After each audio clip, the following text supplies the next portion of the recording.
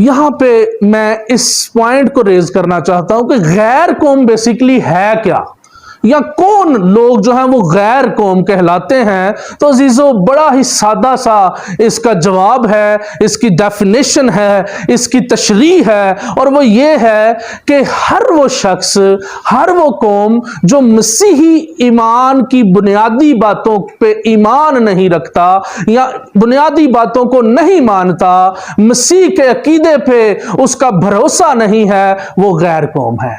اب وہ کسی بھی مذہب سے ہو سکتا ہے، کسی بھی قوم سے ہو سکتا ہے، انفیکٹ یہاں تک کہ اگر وہ مسیحی گھر میں بھی پیدا ہوتا ہے لیکن مسیحی ایمان پہ اس کو بھروسہ نہیں ہے یا مسیحی ایمان کی بنیادی باتوں کو وہ نہیں مانتا، تو میں اس کو بھی غیر قوم کنسیڈر کروں گا، کیونکہ وہ مسیحی ایماندار نہیں ہے۔ تو عزیزو ہم نے یہ بھی سیکھ لیا کہ غیر قوم بیسیکلی کون ہے، اور کون سا مذہب ہے یا قوم ہے جو غیر قوم ہے۔ تو ہر وہ قوم یا ہر وہ شخص جو ہمارے ایمان کا حصہ نہیں، وہ غیر قوم کہلاتا ہے۔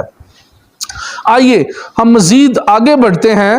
تو یہاں پہ ہم نے بزرگ ابراہیم کے حوالہ سے سیکھا کہ کس طرح سے انہوں نے اپنے نوکر سے وعدہ اور قسم لی، اور ہمیں آج یہ سکھایا کہ ہم نے بھی آج جو ہے وہ ہم چاہے کہیں بھی رہتے ہیں، کسی بھی قوم کے اندر، کسی بھی قبیلے کے اندر، کسی بھی سرزمین پہ ہم رہتے ہیں، لیکن ہم نے شادیاں جو ہیں وہ اپنے بیٹے اور اپنی بیٹیاں جو بیاہنی ہیں وہ صرف اور صرف اپنے ہم ایمانوں کے ساتھ، اپنی قوم کے اندر، غیر قوموں کے اندر شادیاں نہیں کرنی۔ تو یہ پیغام جو ہے وہ بیٹے اور بیٹیوں کے لیے بھی ہے کہ اپنی قوم کے اندر شادیاں کی جائیں۔ اس کے بعد پیدائش کی کتاب میں ہی ایک اور واقعہ میرے ذہن میں آتا ہے۔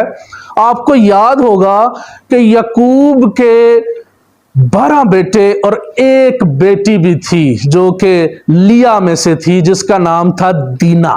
اگر ہم 34ویں باب میں چلے جاتے ہیں تو وہاں پہ بھی ایک واقعہ ہمیں ملتا ہے، اور وہ بھی واقعہ کچھ اس طرح سے تھا کہ بنی اسرائیل اور غیر قوم، وہاں جس ملک میں یعقوب اور اس کے بچے رہتے تھے، اس ملک کے اندر ایک بہت ہی امیر شخص تھا جس کا نام حمور تھا، اور اس کا ایک بیٹا تھا جس کا نام سکم تھا۔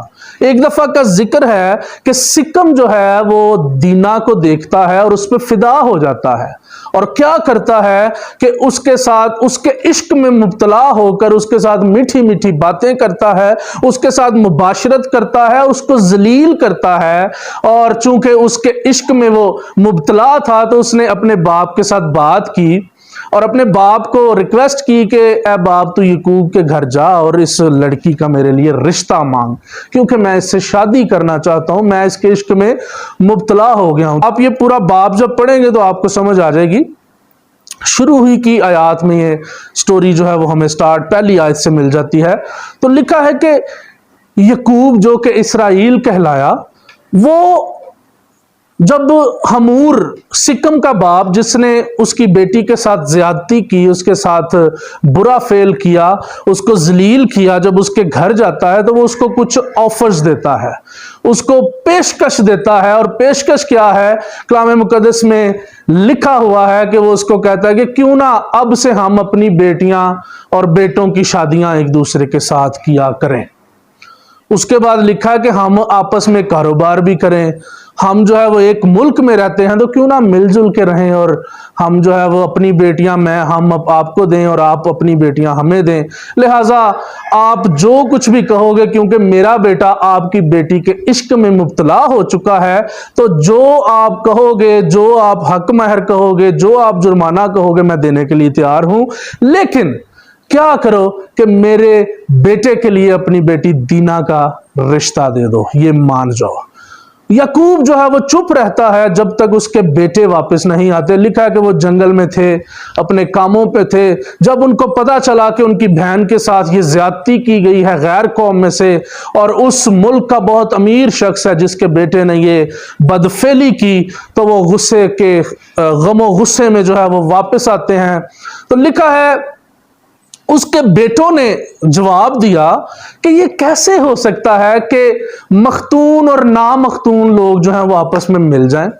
جبکہ ہم مختون ہیں اور تم لوگ نامختون ہو. یہ ایک علیحدہ ٹاپک ہے، اس پہ بھی ہم کبھی خدا نے موقع دیا تو ضرور بات کریں گے.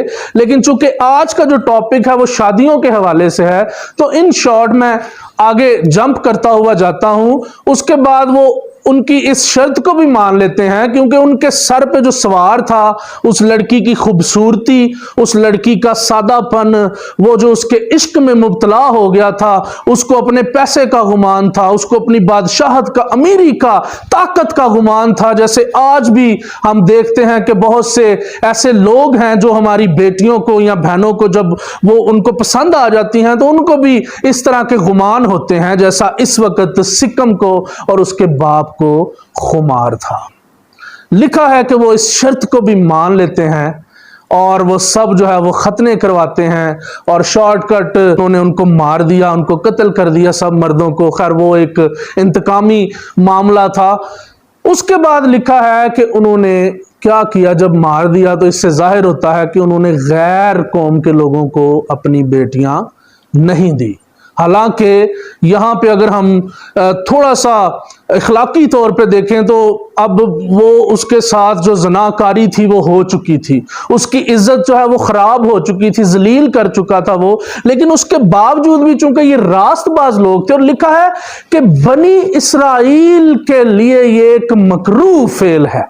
مکروہ فعل کیا ہے؟ کہ غیر قوم کے ساتھ کسی بھی طرح کا تعلق بنایا جائے. اس کے باوجود کہ اس نے اس کے ساتھ زناکاری کی، اس کی عزت کو خراب کر دیا، لیکن اس کے باوجود بھی چونکہ خدا کی طرف سے یہ حکم ہے کہ تم غیر قوموں میں شادیاں نہ کرنا، تو لہٰذا انہوں نے ایسا ہی کیا. اب اس پورے واقعہ سے بھی ہمیں یہ سبق ملتا ہے کہ ہم نے غیر قوموں کے ساتھ شادیوں جیسا رشتہ نہیں بنانا. کیوں؟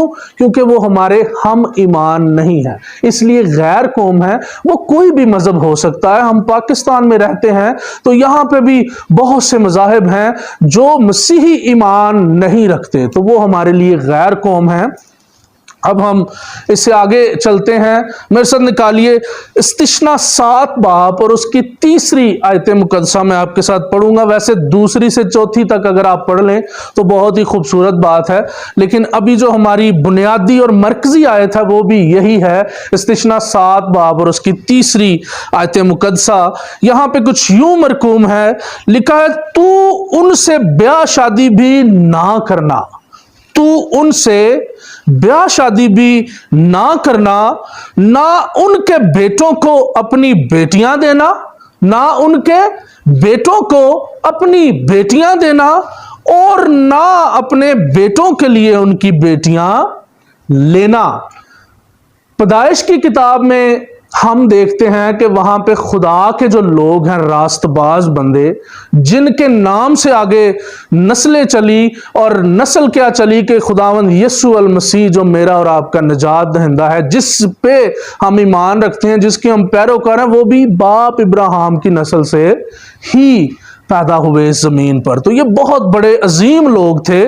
انہوں نے یہ اپنے اعمال سے ہمیں سکھایا کہ ہم نے غیر قوموں میں شادیاں نہیں کرنی. لیکن یہاں استثنا کی کتاب میں ہمیں خدا کا حکم ملتا ہے، کیونکہ جو لوگ بائبل مقدس سے واقف ہیں وہ جانتے ہیں کہ خروج کی کتاب میں جب بنی اسرائیل کو موسیٰ کے تھرو ذریعہ سے خدا باپ نے بنی اسرائیل قوم کو مصر سے چھڑایا، تو اس کے بعد گنتی کی کتاب سے آگے استثنا کی کتاب، پہلی جو 5 کتابیں ہیں ان میں سے 3 جو ہیں اس میں احکامات لکھے ہوئے ہیں کہ ہم نے اپنی زندگی کیسے گزارنی ہے، کن کے ساتھ تعلق رکھنا ہے، پاک اور ناپاک چیزوں کے بارے میں، رشتوں کے بارے میں، ہر ایک چیز، زندگی کی ہر ایک چیز کے بارے میں یہاں پہ ہمیں خدا باپ سکھاتا ہے. تو اس کو شریعت کی کتاب بھی بولا جاتا ہے. تو عزیزو یہاں پہ اب پراپر حکم جو ہے وہ خدا نے ہمیں دے دیا.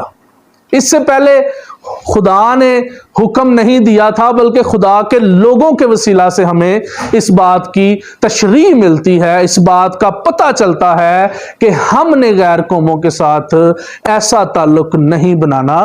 لیکن یہاں پہ خدا خود مخاطب ہے، یہ ڈائریکٹلی خدا باپ جو ہے وہ قوم بنی اسرائیل کو سکھا رہے ہیں. یہاں پہ جو ابھی میں نے ورس آپ کے ساتھ پڑھی، اور یہاں پہ لکھا ہے کہ تو کیا کرنا ہے جی؟ تو ان سے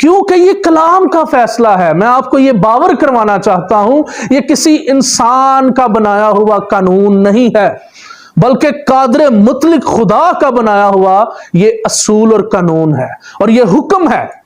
یہ کوئی آپ اس کو لائٹلی نہیں لینا، بلکہ یہ خدا کا حکم ہے. اور اسی وجہ سے جب ہماری بیٹیاں یا ہمارے بیٹے اس طرح کے اقدام کرتے ہیں تو ان کو پھر ذلیل ہونا پڑتا ہے، ان کو پھر در در کی ٹھوکریں کھانی پڑتی ہیں، ان کو دھکے کھانے پڑتے ہیں، ان کو نفرتیں ملتی ہیں، ان کو لعنتیں ملتی ہیں، اور سب سے بڑھ کے وہ انسان کے بھی مجرم اور خدا کے بھی مجرم، کیونکہ اپنے ایمان سے پھرنا یعنی کہ مسیح کے مخالف ہونا. اور مسیح کا مخالف کون ہے؟ آپ سب جانتے ہیں، ابلیس، شیطان جو ہے وہ مسیح کا مخالف ہے. اس لیے عزیزو مسیح کے مخالف نہ بنے، بلکہ اپنے مسیحی ایمان کے اندر اپنی زندگی کو گزاریں، اپنی جوانی کو گزاریں، اور شادیاں جو ہیں وہ اپنے ہی قوم کے اندر، اپنے ہی مذہب کے اندر، اپنے ہی ایمان کے اندر کریں، تاکہ آپ کی زندگی بابرکت ہو، آپ ایک گھرانہ بن سکیں، آپ خاندان بن سکیں. یہاں پہ ایک بات میں اور آپ کو بتاتا چلوں، مجھے ایک اور بات ذہن میں آ گئی. سم ٹائم، بلکہ موسٹ آف دا ٹائم میں نے سنا ہے، مجھے یہ تجربہ ہوا ہے، آپ کو بھی یقیناً ہوا ہوگا، کئی دفعہ ہمارے بیٹیاں یا بیٹے جب زیادہ پڑھ لکھ جاتے ہیں یا دنیا کے شعور میں جو ہے وہ بہت زیادہ ترقی کر جاتے ہیں، تو وہ ایک سوچ کو جو ہے وہ اپنے اندر بلڈ کرتے ہیں. اور وہ سوچ کیا ہے؟ باہر کے ممالک کا کلچر، یورپین کلچر اپنے جو ہے وہ گھرانوں میں یا اپنی زندگیوں میں اس کو بلڈ کرتے ہیں. اور سوچ کیا ہوتی ہے؟ ذرا غور سے سنیے گا.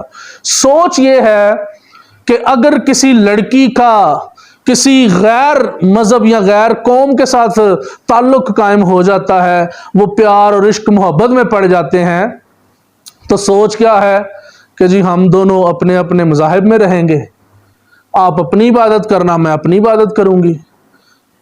جب بچے ہوں گے تو ان کو بھی ہم آزادی دے دیں گے، آزادی رائے دے دیں گے کہ بھائی آپ نے مسجد جانا ہے، مندر جانا ہے یا چرچ میں جانا ہے، جہاں پہ بھی جانا ہے ہم ان کو یہ آزادی رائے دے دیں گے. تو میں آپ کے ساتھ اس بات کی بھی تصدیق کرنا چاہتا ہوں کہ یہ سراسر مسیحیت کے خلاف عمل ہے. مسیحی ایمان کبھی بھی اس بات کی اجازت نہیں دیتا. مسیحی ایمان کبھی بھی اس عمل کی آپ کو اجازت نہیں دیتا. اور یہاں پہ میں ایک خاندان ہے جس کو میں جانتا ہوں، اور بہت بڑا خاندان ہے، وہ بہت بڑی ایک پوسٹ پہ بندہ ریٹائرڈ ہے جس کو میں جانتا ہوں، اور میں آپ کے ساتھ بھی بیان کروں گا. میں ایک ایسے خاندان کو جانتا ہوں جو کہ اب تو وہ ضعیف ہو چکی ہیں، بوڑھی ہو چکی ہیں. ہماری وہ بہن اسلام آباد کے اندر ہیں. میں آپ کو بتاتا ہوں کہ وہ ان کے ساتھ ایک مسئلہ تھا کہ ان کے گھر میں کچھ شیطانی طاقتیں جو ہیں وہ زوراور ہو چکی تھی، اور ان کے اوپر کافی ان کے بیٹے جو تھے وہ مبتلا تھے اس پرابلم کے اندر. ہمیں کسی نے کہا کہ جی جانا ہے وہاں پہ، تو یہ وہاں پہ مسئلہ ہے. ہم دعا کے لیے گئے ان کے گھر. تو مجھے اس سے پہلے یہ علم نہ تھا کہ یہ جو بہن ہے یا بزرگہ ہے، اس کا جو خاندان ہے وہ سارا مسلم ہے. مجھے اس بات کی خبر نہیں تھی. ہم لوگ جب وہاں پہ ایک گروپ کی صورت میں، ٹیم کی صورت میں گئے ان کے گھر میں، بہت بڑا عالیشان گھر تھا. وہاں پہ جب ہم جاتے ہیں تو میں کیا دیکھتا ہوں کہ میں نے جب وہ منظر دیکھا تو I can't explain with you. میرے پاس الفاظ نہیں ہیں، لیکن صرف سکھانے کے لیے میں ضرور آپ کے ساتھ بیان کروں گا. وہ جو بزرگہ تھی، جب وہ جوان تھی، انہوں نے شادی کی ایک مسلم لڑکے کے ساتھ، نوجوان کے ساتھ. اور اس وقت وہ جو جوان تھا وہ کافی ہینڈسم اور کافی پیسے والا تھا. تو اس وقت چونکہ یہ جو عورت تھی، یہ بزرگہ تھی، یہ بھی بڑی پڑھی لکھی اور بڑی جناب امریکن، ان کے پاس نیشنلٹی بھی تھی اور بڑی سٹینڈرڈ تھا، اور ان کی بول چال انگلش سپیکنگ تھی، اردو سپیکنگ تھی. تو میں مطلب اس کو ایکسپیکٹ نہیں کر سکتا تھا کہ اس طرح کا ہوگا، اور کافی مذہبی بھی لگ رہی تھی. جب میں ملا ان سے، جب ان کے گھر گئے تو پتا چلا کہ جی اس عورت نے شادی کی تھی غیر قوم کے بندے کے ساتھ، غیر مذہب کے بندے کے ساتھ، اور ان کا جو آپس میں معاہدہ ہوا تھا